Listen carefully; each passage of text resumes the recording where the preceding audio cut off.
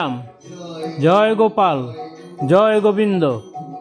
সুধী ধর্মপ্রাণ ভক্তমণ্ডলী, পরম দয়াময় শ্রী শ্রী ঠাকুরের অশেষ কৃপায় আগামী 24শে ফাল্গুন 1431 বাংলা 9 মার্চ 2025 ইংরেজি রবিবার থেকে সাবরুম স্থিত শ্রী শ্রী ঠাকুর রামচন্দ্র দেবের সেবা মন্দিরে 44 প্রহর ব্যাপী মহানাম যজ্ঞের 73তম বাৎসরিক উৎসবের আয়োজন করা হয়েছে।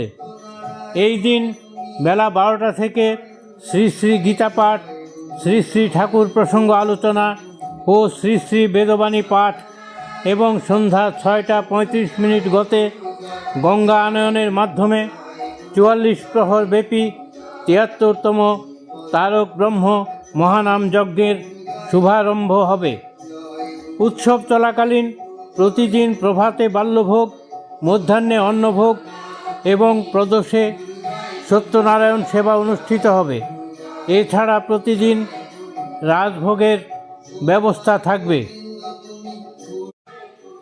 29শে ফাল্গুন 1431 বাংলা 14 মার্চ 2025 ইংরেজি শুক্রবার বেলা 2 ঘটিকা থেকে সন্ধ্যা 6 ঘটিকা পর্যন্ত ভক্তদের মধ্যে মহাপ্রসাদ বিতরণ করা হবে।